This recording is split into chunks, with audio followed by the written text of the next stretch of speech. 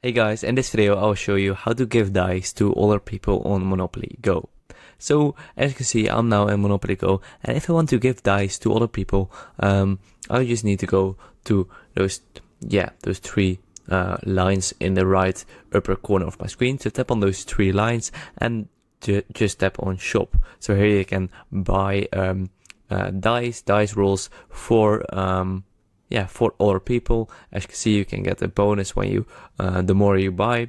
For example, a 110% bonus when you buy 3,200 dices.